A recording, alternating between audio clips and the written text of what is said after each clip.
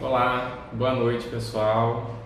Estamos aqui mais uma vez para fazermos o nosso estudo do Livro dos Espíritos no âmbito das atividades do Centro Espírita Ibirajara. Começar o nosso estudo na noite de hoje com uma reflexão do livro Vida Feliz, do Espírito Joana de Ângeles. É a lição de número 115, que ela coloca assim: disciplina a vontade, impedindo-te de ser vítima da irresponsabilidade. Começa as tuas atividades de pequena monta, mantendo a ordem e eficiência em cada realização. Quando tiveres muitas tarefas a realizar, não percas tempo escolhendo por qual iniciar. Executa a que esteja mais próxima, passa a seguinte e sucessivamente desincumbe-te de todas. Não deis o primeiro passo. Enquanto não deis o primeiro passo, não chegarás ao fim do caminho. A primeira palavra dá início ao discurso. A disciplina é responsável pelo êxito das elevadas realizações. Importante, né? Uma reflexão sobre nosso hábito de procrastinar. É bom começar, escolher um comecinho e dali indo sucessivamente para as outras etapas da tarefa. Então, vamos fazer a nossa prece rapidamente, pedindo proteção aos mentores da casa de Ibirajara, para que nos oriente, nos proteja, a fim de que os conceitos trabalhados nessa noite de hoje sejam melhor assimilados, melhor utilizados por nós no nosso crescimento, na nossa evolução espiritual. Pedindo então proteção aos nossos mentores, rogando que todos nós estejamos em comunhão nesse momento. Iniciamos o nosso estudo na noite de hoje, que assim seja.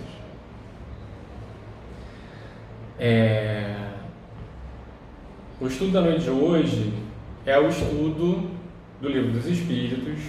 O tema é o egoísmo. E ele está situado no Livro dos Espíritos, lá no capítulo 12, da perfeição moral, que é o capítulo que encerra a parte terceira do Livro dos Espíritos, que trata das leis morais. É muito importante a gente ter essa reflexão, porque esse conteúdo moral que está no Livro dos Espíritos e que foi desenvolvido na parte terceira do Livro dos Espíritos, que depois Kardec aprofundou no Evangelho segundo o Espiritismo, ele, digamos assim, é como que o grande diferencial da doutrina espírita em relação às demais seitas e crenças e religiões cristãs, né? Toda a ideia de reencarnação e todos os desdobramentos morais, né, que advêm dos princípios básicos da doutrina espírita, constituem um corpo doutrinário muito interessante do ponto de vista religioso. Eu costumo dizer que a doutrina espírita ela não tem um conteúdo moralista.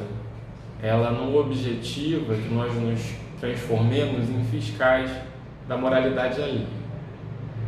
Antes, ela nos convida a um olhar para o nosso próprio comportamento, para a nossa própria personalidade, para a nossa própria essência. Então, a todo momento, quando nós começamos os estudos da parte moral do Espiritismo, nós vamos perceber que o convite que os Espíritos fazem é a todo momento para uma reforma íntima, que cada um deve se incumbir da sua própria. Então, feitas essas considerações, vamos começar aqui o nosso estudo do egoísmo.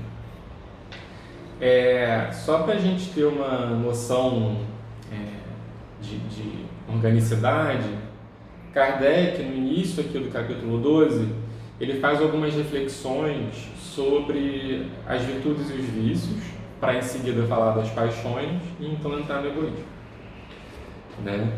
E aí, começando o estudo do egoísmo, ele coloca o seguinte, a pergunta inicial dele é: dentre os vícios, qual o que se pode considerar radical? Ou seja, qual é aquele vício que dá origem a todos os vícios? Qual é aquele vício que está por trás de todos os outros vícios morais que nós tendemos a carregar? Respondem os espíritos: temos-lo dito muitas vezes, o egoísmo. Daí deriva todo o mal. Estudai todos os vícios e vereis que no fundo de todos há o egoísmo. Por mais que lhes dei combate, não chegareis a extirpá-los, enquanto não atacardes o mal pela raiz, enquanto não lhe houverdes destruído a causa. Uma coisa interessante é que ali na pergunta 893, Kardec faz a pergunta quase que diametralmente oposta a essa, para falar das virtudes. Ele pergunta para os espíritos qual a mais meritória de todas as virtudes. E aí os espíritos respondem: toda virtude tem seu mérito próprio, porque todas indicam progresso na senda do bem. Há virtude sempre que há resistência voluntária ao arrastamento dos maus pendores. Há virtude sempre que há resistência voluntária ao arrastamento dos maus pendores. Ele classifica a virtude quase que pela oposição dela. Ele não vai conceituar a virtude dizendo o que é a virtude. Ele vai conceituar a virtude a partir do esforço voluntário para superar o arrastamento dos maus pendores. Conhece-se o verdadeiro espírita, pelo esforço que empreende para superar suas más inclinações, né? Então, a gente vê que tem toda uma organicidade aí na doutrina espírita e nos ensinamentos de Kardec. A sublimidade da virtude, porém, está no sacrifício do interesse pessoal pelo bem do próximo, sem pensamento oculto. A mais meritória é a que assenta na mais desinteressada caridade. Então, é muito importante a gente pensar que a virtude ela vai sempre existir quando a gente resiste aos arrastamentos do mal.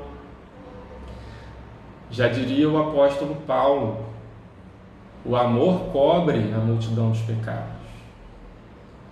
Quando a gente, às vezes, faz uma atitude por amor desinteressado, visando o bem legítimo do próximo, isso tem muitas vezes o condão de desfazer aqueles vínculos kármicos mais difíceis que a gente tem muitas vezes com essas pessoas que convivem com a gente.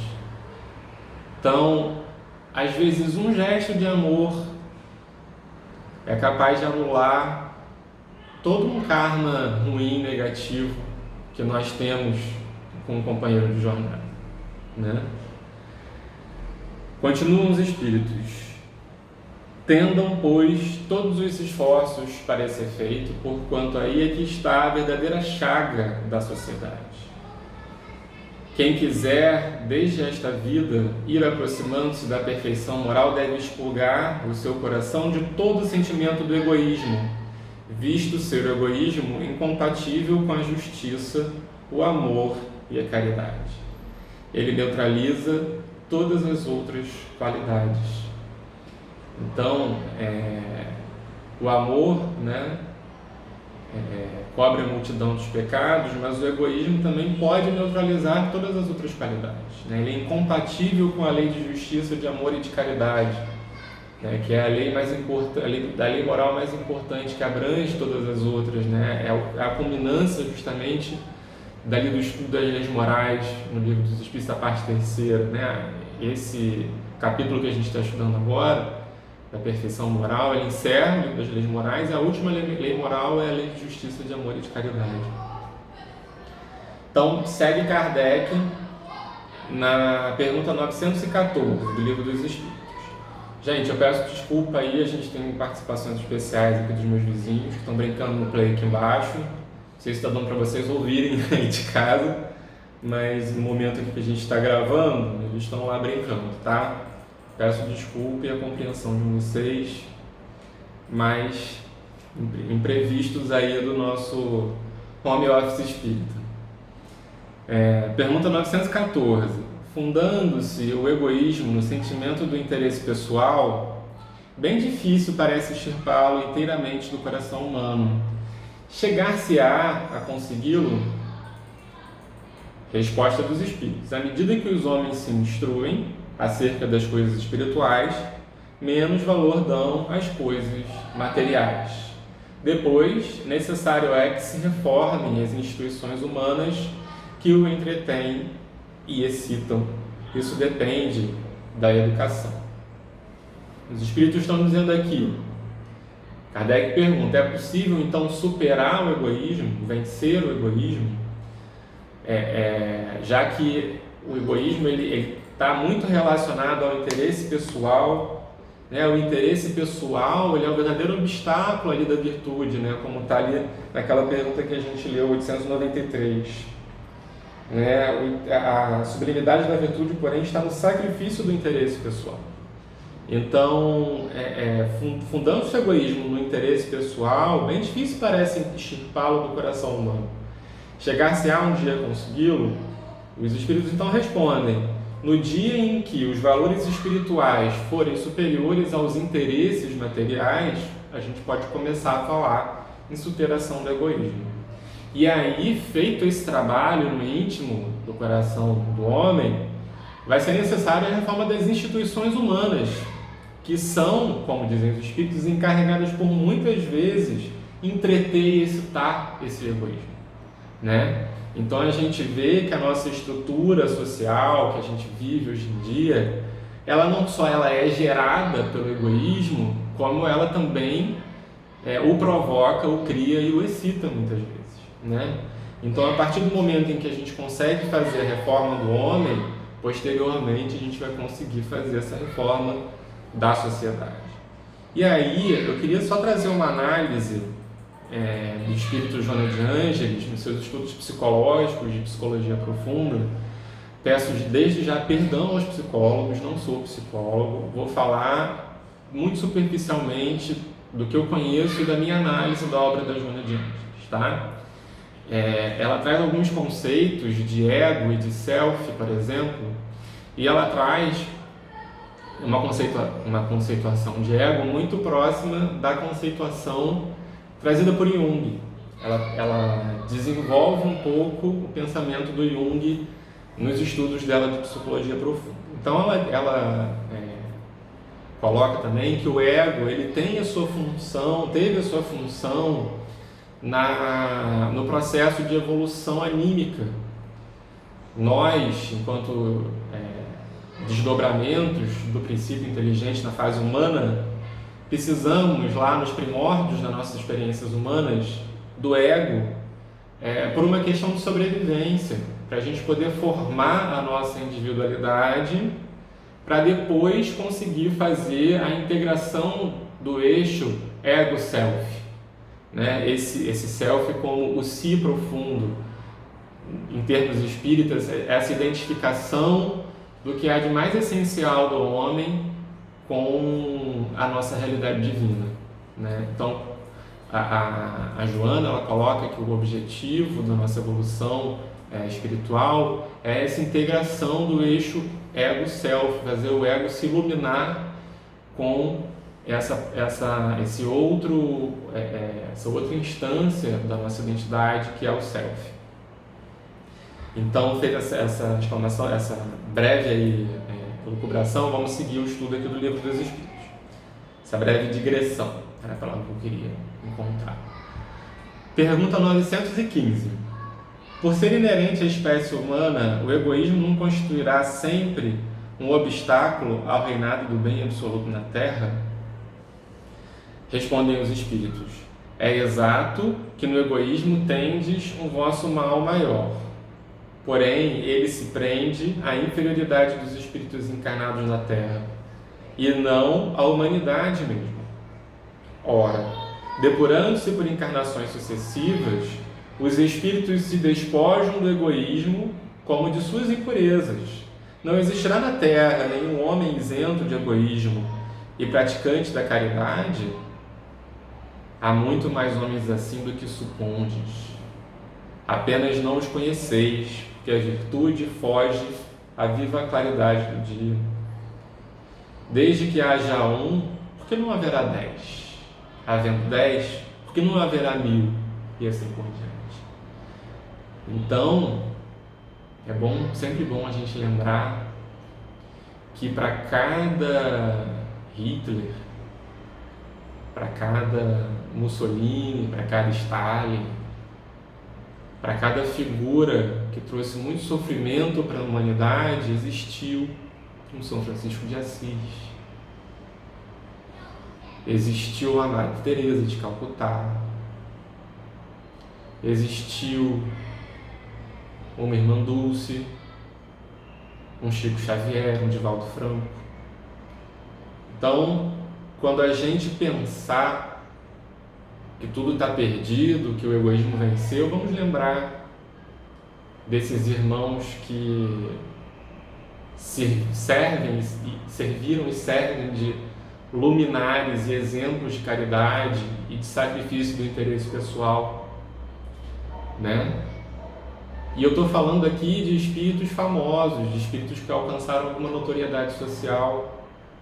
Mas se você fizer um esforço, você que está aí me ouvindo, me vendo, se você fizer um esforço, eu sei que você é capaz de lembrar de um vizinho, de uma pessoa da sua família, de um colega de trabalho, que doa muito do seu tempo, da sua atenção, da sua dedicação pelo bem do próximo. Então, assim, a gente está passando por um momento muito desafiador da humanidade, todos nós sabemos disso, né? O egoísmo está aí dando exemplos muito claros, muito próximos de como que ele ainda está presente na nossa sociedade. Mas se a gente tiver em vista que se todo mundo fosse tão egoísta, a coisa poderia estar muito pior. Então, que a gente faça esse apelo para que todos aqueles que estão tendo atitudes egoístas se recomponham e possam ter um contato com o próximo e entender o quanto que a sua atitude pode estar impactando negativamente na vida alheia. Mas aqueles que já estão de mangas arregaçadas, trabalhando no bem, muito obrigado, que a gente possa cada vez mais nos somarmos a vocês. Pergunta 916. Longe de diminuir o egoísmo, cresce com a civilização que até parece o excita e mantém. Então, longe de diminuir, o egoísmo cresce com a civilização que o excita e mantém. Como poderá a causa diminuir o efeito? Né? Como poderá, então, a partir de uma realidade social, que é o efeito desse egoísmo que está nos nossos corações, ser modificada por si só? Mais ou menos essa pergunta, né? Você não pode atacar o efeito sem atacar a causa. Se você atacar o efeito, você vai ter algum resultado, né? Mas certamente, se você atacar a causa, seu resultado vai ser muito melhor, né? Então, a resposta aqui dos espíritos: quanto maior é o mal, mais hediondo se torna. Era preciso que o egoísmo produzisse muito mal para que compreensível se fizesse a necessidade de extirpá-lo. Os homens, quando se houverem despojado do egoísmo que os domina, viverão como irmãos, sem se fazerem mal algum, auxiliando-se reciprocamente, impelidos pelo sentimento mútuo de solidariedade. Então, o forte será o amparo e não o opressor do fraco. E não mais serão vistos homens a quem falte o indispensável, porque todos praticarão a lei da justiça. Esse é o reinado do bem que os espíritos estão incumbidos de preparar. 917. Qual o meio de destruir-se o egoísmo? Resposta. De todas as imperfeições humanas, o egoísmo é a mais difícil de desenraizar-se porque deriva da influência da matéria, influência de que o homem, ainda muito próximo de sua origem, não pôde libertar-se, para cujo entretenimento tudo concorre, suas leis, sua organização social, sua educação. O egoísmo se enfraquecerá à proporção que a vida moral for predominando sobre a vida material, sobretudo com a compreensão que o Espiritismo vos faculta do vosso estado futuro, real e não desfigurado por ficções alegóricas. Quando bem compreendido, se houver identificado com os costumes e as crenças, o Espiritismo transformará os hábitos, os usos, as relações sociais. O egoísmo assenta na importância da personalidade. Ora, o Espiritismo bem compreendido, repito, mostra as coisas de tão alto que o sentimento da personalidade desaparece, de certo modo, diante da imensidade. Destruindo essa importância, ou pelo menos reduzindo-a às suas legítimas proporções, ele necessariamente combate o egoísmo.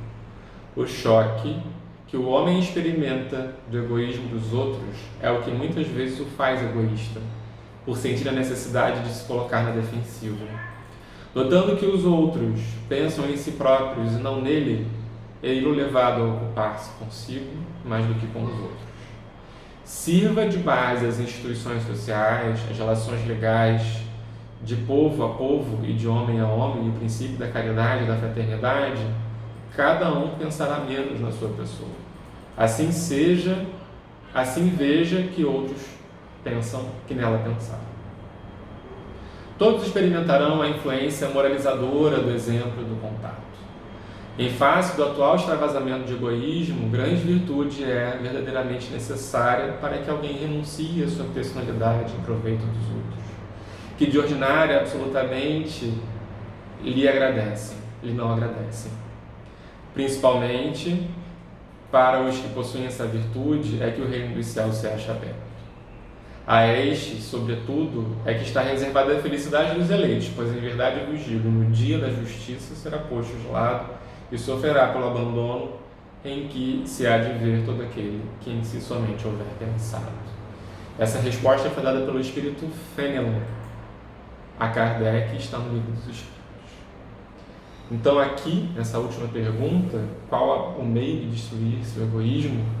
Os Espíritos trazem meio que, primeiramente, todo um resumo desses itens anteriores que a gente leu sobre o egoísmo e adicionam a informação da importância do Espiritismo na destruição do egoísmo, ou como quer Joana de Ângeles, nessa integração do eixo ego-self.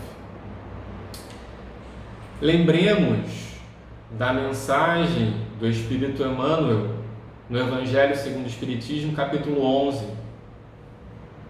Ele coloca assim: o egoísmo, chaga da humanidade, tem que desaparecer da terra, a cujo progresso moral obsta. Ao Espiritismo está reservada a tarefa de fazê-la ascender na hierarquia dos mundos. O egoísmo é, pois, o alvo para o qual todos os verdadeiros crentes devem apontar suas armas, dirigir suas forças, sua coragem. Digo coragem, porque dela muito mais necessita cada um para vencer-se a si mesmo do que para vencer os outros. Que cada um, portanto, empregue todos os esforços a combatê-lo em si, certo de que esse monstro, devorador de todas as inteligências, esse filho do orgulho, é o causador de todas as misérias do mundo terreno. É a negação da caridade e, por conseguinte, o maior obstáculo à felicidade dos homens. Então a gente nota que o Espiritismo, com a sua proposta libertadora, com a sua proposta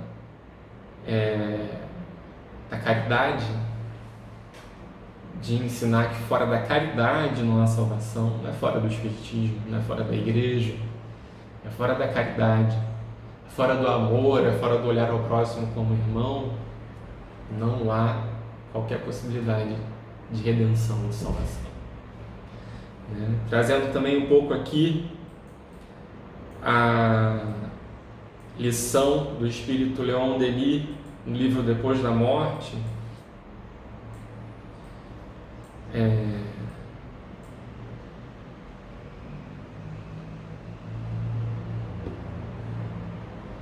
Eu gostaria de ressaltar um trecho do capítulo Egoísmo do seu livro Depois da Morte. Embora se encontre em todas as classes sociais, o egoísmo é mais apanágio do rico que do pobre. Muitíssimas vezes a prosperidade esfria o coração. No entanto, o infortúnio, fazendo conhecer o peso da dor, ensina-nos a compartilhar dos males alheios. O rico saberá ao menos o preço de que trabalhos, de que duros labores se obtém as 1000 coisas necessárias ao seu luxo. Jamais nos sentemos a uma mesa bem servida sem primeiro pensar naqueles que passam fome. Tal pensamento tornar-nos-á sóbrios, comedidos em apetites e gostos. Meditemos nos milhões de homens curvados sob os ardores do estio ou debaixo de duras intempéries que, em troca de deficiente salário, retiram do solo os produtos que alimentam nossos festins e ornam nossas moradas. Lembremo-nos de que, para iluminar os nossos lares com resplandecente luz, ou para fazer brotar chama benfeitora em nossas cozinhas, homens nossos semelhantes, capazes como nós de amar, de sentir, trabalham nas entranhas da terra, longe do céu azul ou do alegre sol, e de picareta em punho levam toda a vida a perfurar a espessa crosta desse planeta. Ele está fazendo referência aqui aos extratores do carvão mineral, que era a fonte de energia, principal fonte de energia do século XVIII e XIX. Saibamos que, para ornar os salões com espelhos, com cristais brilhantes, para produzir os inumeráveis objetos que constituem o nosso bem-estar, outros homens, aos milhares, semelhantes ao demônio em volta de uma fogueira, passam sua vida no calor calcinante das grandes fornalhas, das fundições, privados do ar, extenuados, consumidos antes do tempo, só tendo por perspectiva uma velhice achacosa e desamparada. Sim, saibamos todo esse conforto de que gozamos com indiferença é comparado com o suplício dos humildes e com o esmagamento dos fracos. Que esse pensamento se grave em nós, que nos siga e nos obsidie. Como uma faca de fogo, ele enxotará o egoísmo dos nossos corações e forçar-nos a consagrar nossos bens, lazeres e faculdades à melhoria da sorte dessas criaturas. Não haverá paz entre os homens, não haverá segurança, felicidade social, enquanto o egoísmo não for vencido, enquanto não desaparecerem os privilégios, essas perniciosas desigualdades, a fim de cada um participar, pela medida de seus méritos e de seu trabalho, do bem-estar de todos. Não pode haver paz nem harmonia sem justiça. Enquanto o egoísmo de uns se nutrir dos sofrimentos e das lágrimas de outros, enquanto as exigências do eu sufocarem a voz do dever, o ódio perpetuar-se-á sobre a terra. As lutas de interesse dividirão os ânimos, surgirão tempestades nos seios da sociedade. Leon Denis. Então, que a gente possa meditar sobre o egoísmo que há em nós. Não vamos apontar o dedo para o egoísmo alheio. É importante que a gente tenha consciência do erro alheio, sim, mas não como algozes, como juízes. Eles nos ensinam a diferença do bem e do mal proceder. Que a gente possa também observar o egoísmo em nós. E assim, cada um fazendo a sua parte, aos poucos a gente consegue superar essa fase sombria que a gente está ultrapassando. Então, gostaria mais uma vez de agradecer muito a atenção e a oportunidade de estar com vocês, e sobretudo de buscar esse estudo, de ser facilitador dessas reflexões para vocês. Tá? Muito obrigado, que a paz de Jesus esteja nos nossos corações hoje e sempre. Meu abraço saudoso. Fiquem com Deus.